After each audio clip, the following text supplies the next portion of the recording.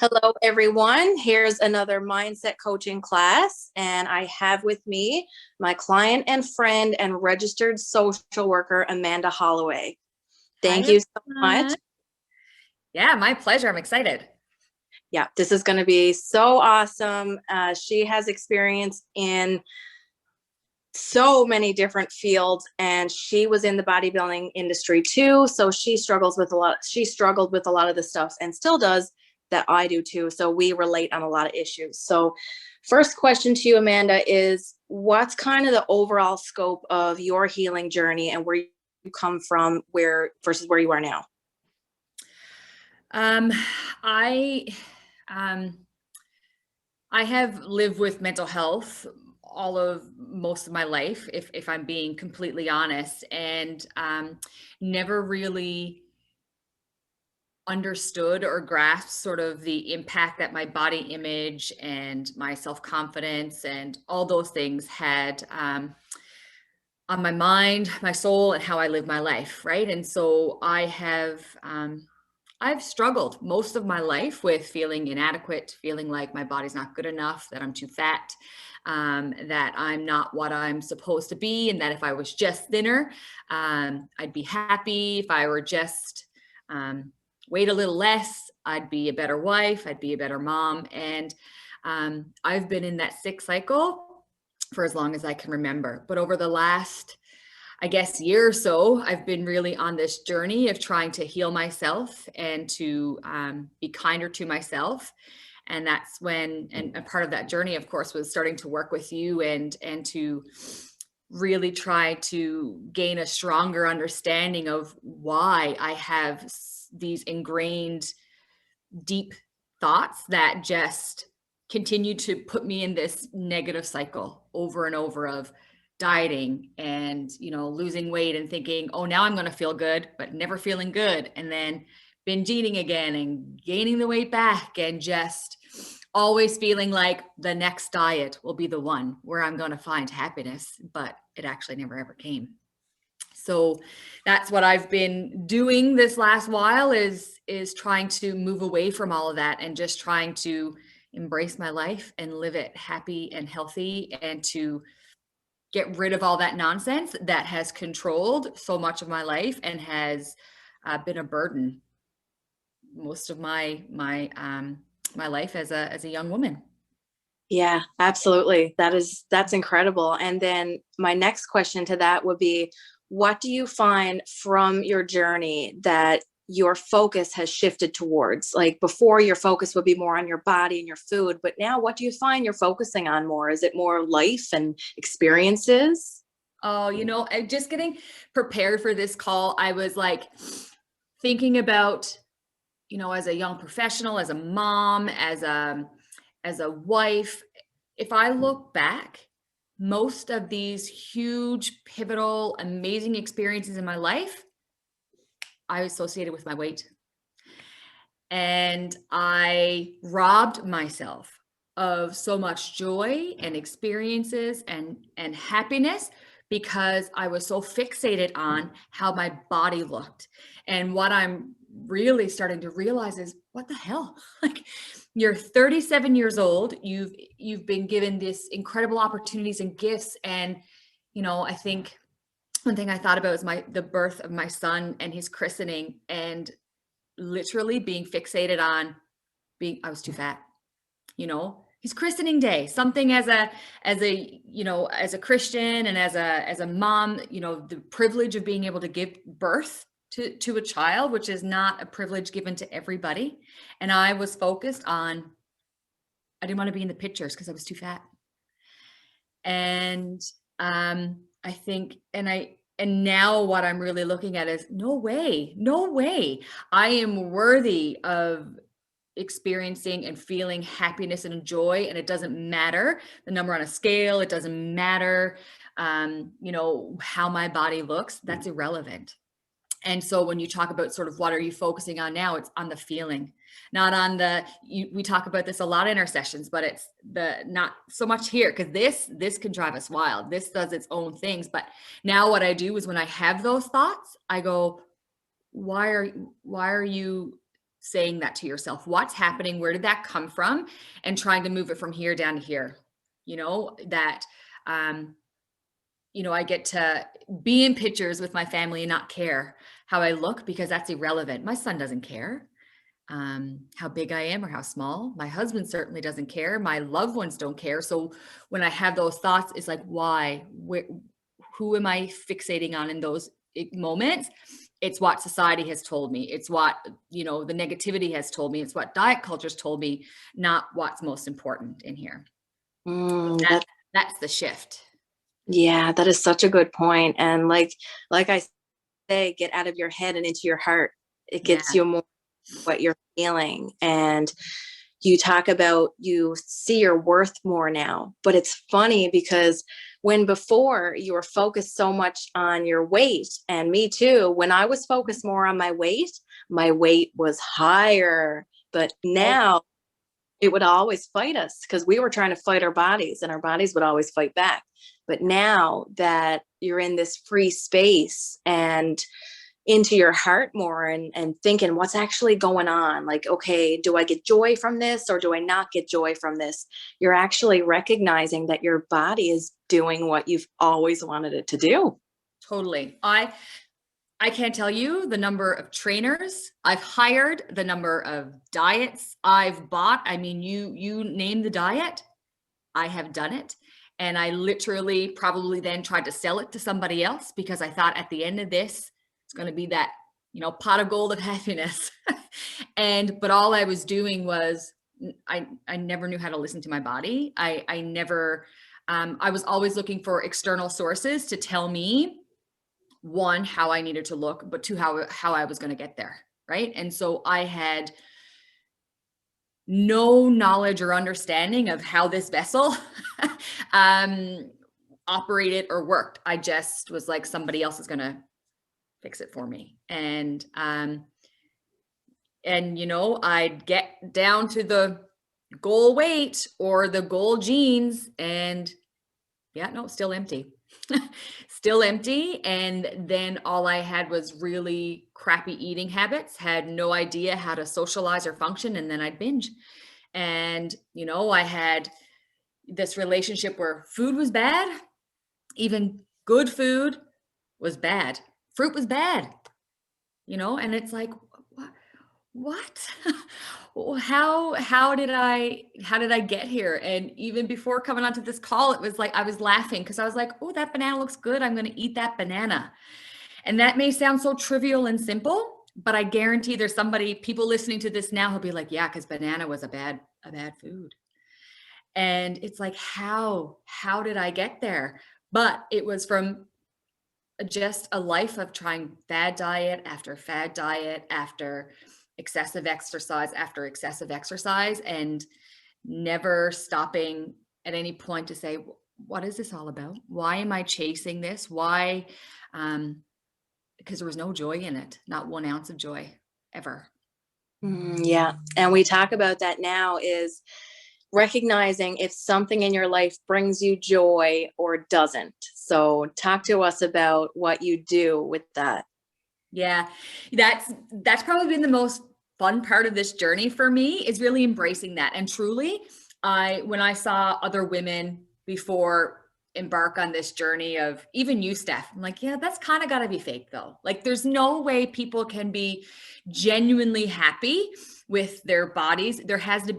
She's got to be doing some exercise regime, and there's got to be some diet plan there, right? Because that's always, my worth has always been tied up to what my body looks, how it looks. And now on this journey, it's so much fun because I literally focus on what makes me happy, what brings me joy.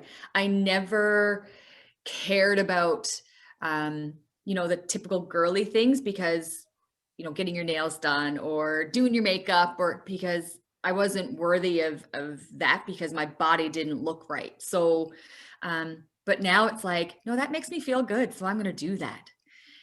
I went a few weeks ago through my closet, best experience of life. I have 2 rooms, 2 closets full of clothes from size extra small up to double XL.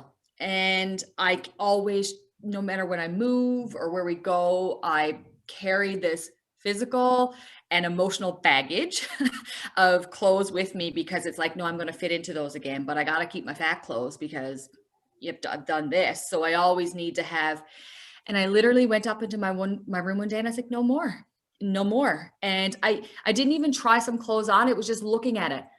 Amanda, you used to wear that because you were trying to cover up. Doesn't bring you joy, get rid of it. Not filling up your cup, get rid of it. If it doesn't make you feel, it doesn't make me feel positive or at peace, then it's not anything I need. And so that was such a beautiful exercise that I did for myself, and was not prompted by anybody, but I literally just embraced this. You want to feel good. And right down to your clothing, if it doesn't make you feel good, why are you doing it? Why are we, and then you broaden that out to our connections, to our, our social activities. If it doesn't bring you joy, then why do it? Life is way too short. And I've spent, I'm 30, almost 37 years old. I've spent way too much of my life seeking joy in the wrong places and not cultivating my own joy and happiness. And it's too precious of life is too precious of a gift to be in that space. Yeah. No more. Exactly. And I say to a lot of people that, like, you don't want to be on your deathbed and realize that you wasted your entire life and missed out on your baby's christening, like you said, and these big, important, beautiful moments because you were thinking about your love handles or your belly or pinching your arm fat or silly things like that. I mean, it takes your life away from you. And it really took my mom passing away for me to realize life is too goddamn short. Enough is enough. And I really want people to get to this point before they have to go through a traumatic event. I don't want them to have to lose someone dear to them to decide, okay, I need to make myself happy. Yeah. To be free from all this nonsense. Like it's nonsense. All of these precious moments, I can look back now and say, I don't have pictures of me in them because I didn't think at that point I was worthy of being in those pictures. And I get mad at myself. But what I can do for me now, instead of being mad and internalizing that and being shamed about it, I can be different, and I can make a commitment to myself to not allow myself to do that anymore. But what I would say to people is, yeah, I ain't got it all figured out. Like, I still have moments, instincts where it's like, oh, it's still there. But the difference is that I'm acknowledging it now and I'm challenging it when those moments come. So those thoughts still surface. I don't walk around saying I'm free and I no longer stress about of course I do, but I don't allow it to hold the space that it once did. Right. I'm challenging it in a different way and saying, yeah, no, that doesn't need to define me anymore. Like, the size of my jeans that's not my worth anymore. I'm an incredible mother. I'm a strong professional, a great wife. I'm a good friend. That's what's important. And the important people in my life, that's what they care about, not the food I put into my mouth. If I, drink wine, if I don't, if I eat carbs, or if I don't, it's none of that matters. We've only got one life to live, and we want it to be as joyful as we can. Yeah, Right? absolutely. And I like to say, people who matter don't mind, and people who mind don't matter. It's Matter. It's so true. And I mean, when you take care of yourself, you invite people into your life that care, and you get rid of all the people that aren't meant to be there. It's like you're creating a life that's meant for you once and for all. But when you don't start from self-love, you're creating a life of misery and pain. And that's really a big part of how we separate it, is naming that voice, like I do. I name it Oasis, which is the Greek goddess of misery and depression. And that voice in you that tells you you're not good enough. And like, first in your journey, in the beginning, that voice was so loud, but now it's just in the background. How do you find that? You know what? And I've kind of changed my mood towards her, because this was one of the things we did, and you were really helpful to me in naming her Oasis. And because man, she's loud. She was loud and all consuming. And it may sound silly, but naming her and giving her that persona really helped me to to challenge her a little bit more. And now, instead of seeing her as intentionally sort of hateful or miserable, I kind of look at her as at one, maybe in parts of my life, she was trying to protect me or trying to, um, you know, help me or structure my life for me. And so when I hear her now, she's much more muted. She's still there. But when I hear her, I acknowledge her and I say, thank you, but that's not going to help me today. What's going to help me is to be happy and present and in a positive space. And sort of that, control is less and less. And I hear her less and less. She's still alive and well. She's still there. But her moments where she presents are much more fleeting. And it did really help me to kind of visualize her and to give her that sort of quality, because I think so many women have that, men too. I don't mean to minimize, men struggle with body image too, but I think as women, we just have these inner critics yelling at us all the time. I don't look like Steph. My hair is not as nice as Steph's. When Steph was a figure competitor, her body was way nicer than mine. So I should have trained harder, all these things. And it's like, it is beaten into us from a young age that we need to compare ourselves to other people. And, we need to look a certain way. It's not ladylike to do that. We need to do our makeup and all these things. And we just have this thing screaming in our heads all the time that we're not good enough. But we absolutely are. We are beautiful creatures, and we are more than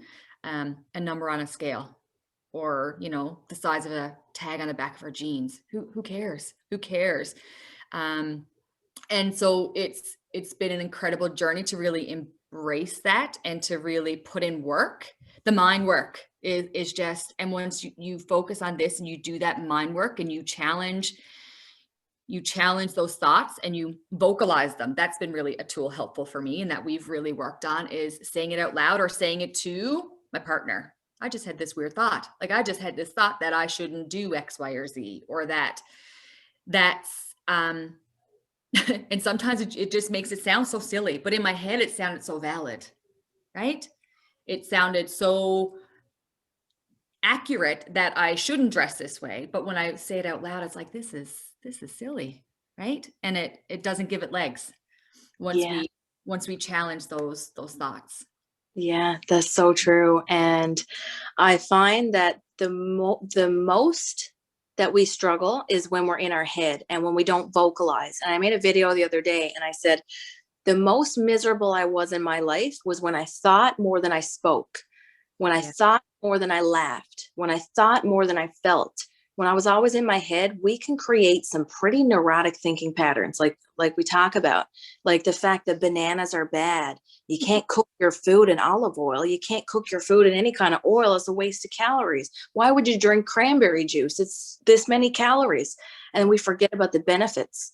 But I mean, then when we get to this place where we're actually in a healthy space mentally, we start to realize, whoa, that was really neurotic. That was really messed up. Yeah. When I was prepping for my show, I thought this is what health looks like. This is healthy, right? Because I'm busting my butt in the gym. I'm miserable, but this must be what health looks like. I'm tired, but I'm going to get there. And then I'm going to feel that optimal happiness. And, I moved home to Newfoundland, and this is when I was doing my competition, had been away in Alberta for years, had my sister so close to me, and she would call and say, you want to come over for a fire pit? No, I got to do cardio. That's going to make me truly happy. And now I look back and I'm like, what I wouldn't give to be home in Newfoundland, sitting around that fire pit with my sister and my nephews and my brother-in-law. I'd give anything. But in that moment, I thought, oh, this is health and this is happiness because I'm being dedicated. I'm being structured. I'm controlling. But it was utter insanity. And I stepped on that stage and I hated my body. I compared myself to every other single lady up there and was like, well, I should have trained harder. They must have had a better diet plan than me. And down I went, so I didn't find that magical happiness that I thought was going to be there. And I robbed myself of incredible moment. And I don't ever want it to be misinterpreted that means then you go just binge like mad and eat crap food and, drink your face off and not be healthy. But health is not what we're told. It's not what we're told. It's something vastly different, and it's way more holistic. And it has, it's fueling your body, but not having these associations with good and bad. It's all food, and eat it. And what I used to do was, I can't have it, but if I had a lick of it, well, now it's game over. So it's just as well to eat everything in the cupboards and start on Monday. Hello, it was habitual Monday starter. Like everything was Monday. And then I'd binge all weekend and I felt worse and worse and worse. Right. But now that I don't look at a banana as bad, I eat it. And then I don't feel like I need to go eat a bag of chips with it. I had the banana. But before, if I had a banana, it was like, well, you just ate really shitty sweet carbs. So let's go to McDonald's. Let's go to Tim Hortons. You've already ruined it. You suck, you ruined it. So just have at her and you'll pick it up another day. But now I don't do that. Now, if I want a candy, I have candy, but I don't feel the need to eat 2 bags of them because I'm not depriving myself and my worth is not tied up into those things anymore. Right. And so what I actually thought I could never get past was like the binge eating part and just consuming mass amounts. I don't need to do that because if I want something sweet, I have it and I'm not beating myself up over it because it doesn't impact me anymore. And it's amazing. It's such, but that doesn't happen overnight either. Like it takes a lot of challenging those neurotic thoughts that we've internalized over the years. It's years and years and years of internalizing really crappy information. And it takes practice to start breaking those down. And I will be doing this for years and years to come. Yeah. But I'm feeling the positive impacts. And so I'm excited. It's like, when you start embarking on a healthier relationship with food, it feels good. So you want to explore it more. When you start having joy with food again, it's like, I didn't think that was possible. I didn't think that I could ever be in a space where I didn't question calories, macros, I just, because I'm sure you did this stuff where you would look at people and be like, they really can't just be cooking that and eating it. Like, oh yeah. Right. Like, I see people cooking supper and I'm like, but that's not plain chicken breast and rice. What are they thinking when they're eating that? They're not thinking anything, just eating the food. But that's not how we functioned. It is a constant state of spinning. And if I eat that, what's going to be the consequence? But now I really challenge myself. And I remember one of our first few sessions, you being like, so eat the candy. What do you mean eat the candy? What do you mean eat the candy? I can't eat a candy. And now it's like, if I want a candy, I eat a candy and I don't gorge on bags and bags of candy. It's fine. But before I would, because I kept denying it. And then it consumed every part of me. Yeah. It's crazy how food can have that much of an impact, right? Oh my, yeah. And it's like, we're told by diet culture to fight against our body. We need to go on a diet. If you're not on a diet, what are you really doing? Like, you're not on a diet? Well, then you must be overweight. But dieting shows us half of the equation is weight loss, but then the other half of the equation is the weight regain. So your body in your ass, you're denying yourself all these events and experiences just to get to your goal weight, just to have your body fight you back again and gain it all back. So you're trying to trick your body, but your body's way smarter. And like we've learned with ourselves, that when you start actually listening to your cues, your body naturally wants to be at a healthy weight. It doesn't want to be overweight. It doesn't want to have all this excess weight on, because it's not healthy. It's not happy there. So it wants to bring us down to our baseline, where we function best hormonally and physiologically and all these things, digestive wise too. I mean, my digestion's way better than when I was dieting all the time. I'm sure about you too. Yep. Absolutely. But again, it was never about understanding the body. It was just about making the body look the way it was supposed to look. So I didn't care about any of that other. I just wanted to look like X, Y, or Z. And it had nothing to do about the optimal functioning of my body and just living within it and enjoying it. It was always about manipulating it to somebody else's standards. Right now, in those moments, nobody was telling me that I looked like crap or that I was too fat. I was telling myself that, because I had ingrained that from, years of, feeding into, social media and, or, how people viewed my body. And so it needed to be a certain way. Right. And I didn't care about the functioning or it being an optimal space. Right. It was none of those things. I share this with you. And back last May, I was admitted into the hospital for a heart condition, and literally laying in that bed and being like, at that point, not knowing what was wrong, and literally going, oh my God, I could be here because of binge eating, and because I've, clogged my arteries, and because what the heck, I have a husband and I have a son. You're 36 and they're telling you that you just had a heart attack. Like what's the point? How did I get here? And that still wasn't enough. That still wasn't enough, because I made a lot of promises to myself in that hospital bed that, okay, if you get out of here, you're going to be different. But you know what I instantly went to? You're going to start a diet and you're going to start exercising again. That's going to get you there. Well, what did I do? Signed up for yet again another program, another diet. And I literally had so much shame because so that was in May. I remember come August of refusing to go to the camper because I wanted to stay home and binge. And because I wanted my husband and my son out of the house, and sitting on that couch and just whatever I could eat, whatever I could suffer. And it was like, geez, Amanda, a heart attack couldn't even do it for you. Like that, what's happening?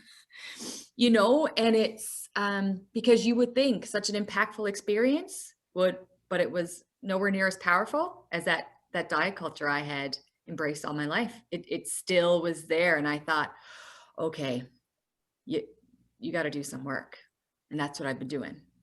And it's been beautiful and just eye-opening to the extent that we as women, what we do to ourselves in this pursuit of happiness, but it's artificial. Genuine happiness already exists within us. We just have to cultivate it and find it and listen to it and embrace it and not care about all that other stuff that we've been fed. Yeah, that is so true. We're always looking for something outside of ourselves. We'll say, I'll be happy once I blank. I'll be happy when I get this, when I have this, when I do this. But it's never, ever the case. We have ideas of happiness. We can have little moments and glimpses, but unless we do the internal work and listen to our souls and get back in touch with ourselves, we're not going to get that true and utter fulfillment that you get. And we still struggle. We still have those moments, but we use the tools that works for us, and we're all different, to get back to our space of grounding. And that's really what it's all about. And that's how we take care of ourselves. You use the language a lot, and I've totally embraced it. Honoring your body, honoring your hunger. And it was a foreign concept for me, but I've really embraced those things. And I think as women, we're people pleasers, and we do everything for everybody else. And, but it's when something feels good, stick with it. I'm going to do that. Right? It sounds so trivial. It sounds so, but in that moment where I was clearing up my closet, it felt good. So just go with it. And it was so impactful for me to finally let go of so much of that baggage and that material that just made me feel so less than. And so I just went with it, and if it's, wanting to put on makeup today, part of me felt silly putting on makeup today, but I was like, if it's making you feel good, do it. If you want to have a glass of wine, do it. If you want to eat a banana, do it. And the practice of when those thoughts come in, shifting it down, and I know some of people are probably thinking, well, then I'm just going to eat crap all the time because also you're saying, oh, if it makes you feel good, we'll just keep doing it. You won't want to. That's the switch. It's, you know what? I want to have a handful of chips. I ate it. The world didn't end. I don't need to eat a full 2-3 bags. But before I would, because I said, no, you can't. And you'll watch the switch happen. It's terrifying in the moment, but listening to your body, listening to your thoughts, challenging them, vocalizing it out, it takes away that power. When I look at my husband and I say, I feel really bad because I'm going to eat these chips tonight. It's making me feel weird. Once I say it out loud, it's like, that's not as all consuming as what it is in my head. So I'm just going to have it and I'm going to put it away and I'm going to feel fine. Yeah, it's the anticipation. And I'm big on that. The anticipation drains our energy, and just getting it out there, it just releases that little bit of emotional baggage. If we keep it in, it's just adding to that baggage, just adding to it all the time. But giving yourself permission, and I'm big on permission, honoring and permission to express yourself, permission to honor yourself, and permission to take care and nurture yourself. That's such a beautiful way to look at it. Hands down.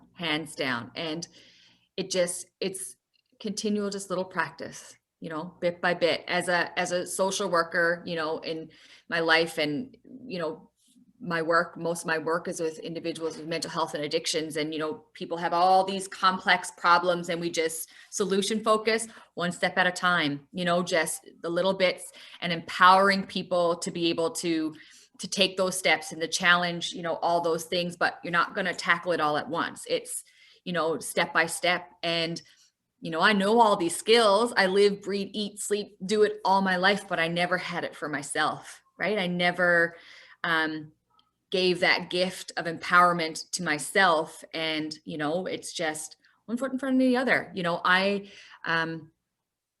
I say all these things, but I still struggle, and I still have, those neurotic thoughts pop in, but they don't have the power that they used to, because I continually commit every day to doing the little bits.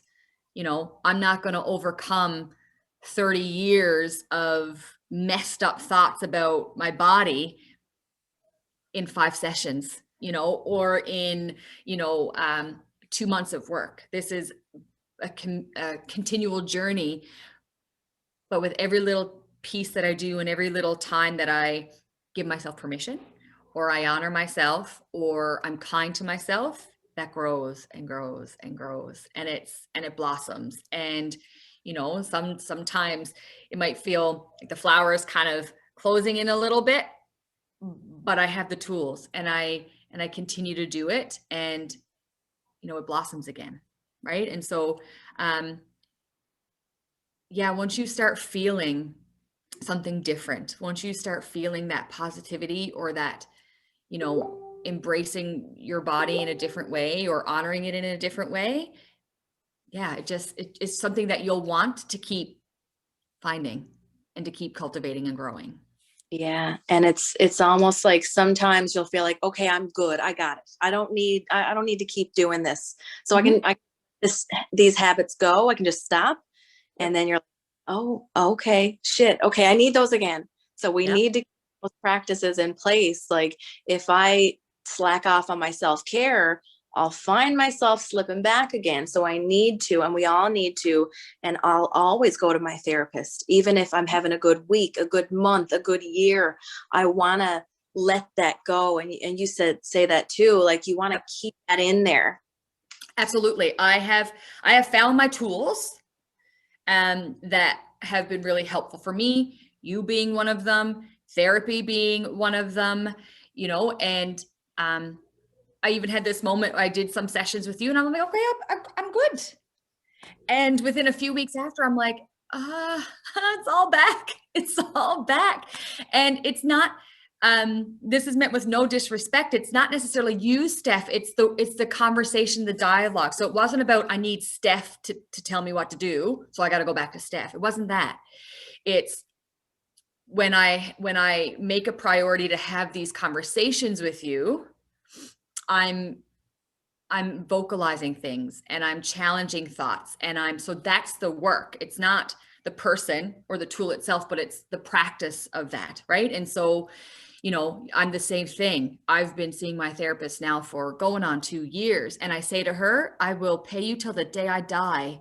And there's lots of sessions where I go in and I feel like I have absolutely nothing huge in my life right now, when before it was I couldn't 5 seconds in and I was crying on the phone. Now I'm laughing on the phone with her, but I will continue to do those sessions because I cannot believe the person I was a year and a half ago to the person I am now. A year and a half ago, if somebody would have said that I would have been doing something like this, out of your mind. You're out of your mind, because I was so just broken and isolating and lonely and just a shell of a human being, just faking it to get by, just using humor to minimize my hurt, avoiding friends, avoiding fun things because I was just a shell of a person. And so by doing these things and I'm coming it on the other side, you best believe I'm going to keep doing these things because I never want to go back. Never, never, ever want to go back. And so it's a commitment every day to challenge those thoughts, to try to get into your heart more and to live just bountiful and full, and to try to take every opportunity that you can to self-reflect and move towards positivity in your Mm, life. And that doesn't mean every day is beautiful, but by just knowing that you're worth it and that it's important work. Yeah, I'll get up every day and continue to make that commitment yeah. because it feels good. Yeah. It It feels feels so good. good. And Yeah. if we can get there, anyone can get there, because I mean, we were at very bad places. So for anyone watching this thinking, well, I mean, they weren't as bad as I was. I'm telling you, we were really bad, Really like bad. really I bad. will my I guess it's kind of, people throw this cliche thing, rock bottom, but I certainly, I was to the point that I was in clothes sizes that I never ever thought that I would ever get in. I was just my heaviest of my heaviest. I had such bad tinnitus in my ears that I couldn't function. I just had this constant state of ringing, ringing, ringing in my ears that consumed me because I couldn't even engage in conversations because I couldn't hear. I stopped socializing. I stopped being in the presence of people. I cried. I was taken off work because I couldn't even function. I was just a ball of nerves. I had lost my relationship with my husband. We no longer communicated. We no longer had intimacy. We were fighting, and we never ever did that. He was my best friend. And now he was somebody who I didn't even know I was or who he was. And I was a mom who avoided doing anything because I just wanted to sleep. I wanted to eat and I wanted to sleep. And then I wallowed in shame and guilt and just, it was a struggle every day. And so this isn't to compare or to say mine was worse than yours or whatever else, but I do get like, it was dark. It was really, really dark. And, you know, it was, my husband looked at me and wanted to book a trip to Hawaii. And I was trying to find every way of why I shouldn't go because I wasn't worthy of going, because I didn't look the way somebody going to Hawaii should look. And it's like, I look back now and it's like, whoa, like I was teetering on the edge of something really dark. And you absolutely unequivocally can move out of that space. It doesn't happen overnight. There's no magic fix, but it's just those little shining lights or moments where you and focus on those, and do the work that you need to do to move yourself out of that, and you can get there. You truly can. I'm living proof, as a Steph is living proof. But we ain't preaching that it's easy, but it's worth every minute of it, because I never ever want to go back to that space. Ever. No, and we never will. We No. never ever will, because we got the tools. Yeah. So I think that was a very beautiful message. Was there anything else you wanted to add to that? No, I would just say to people, if you're listening and you're watching and you think this is a magical unicorn, because that's how I used to feel, it's not. It's just, you're worth it. You're worth to feel good. You're worth being happy.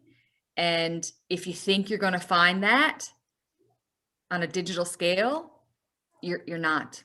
I promise you, that's not where you're going to find it. You're not going to find it in a smaller size jeans. You're going to find it by being kind to yourself, by embracing fun moments in your life and taking every opportunity to live it to the fullest, and to listen to the loved ones around you, not what society is telling you, because the people around you who love you are the ones who matter the most. And so that's where you should focus your energy and on yourself, and you're worth it. Absolutely. That is such a good message. So I'm so grateful that you took the time to share your journey and your input on everything with us. I really think that was so helpful for Kaizen Theory, and not only Kaizen Theory, but so many women. So thank you so much for that. And thank you. And thank Kaizen Theory and Steph. It's been such a pleasure. I look forward to our calls every week, and it just has helped me tremendously. And I just want to say you should be so proud of the work you do. And by sharing your experience and giving opportunity for other people to share our experience is such an incredible gift. So thank you.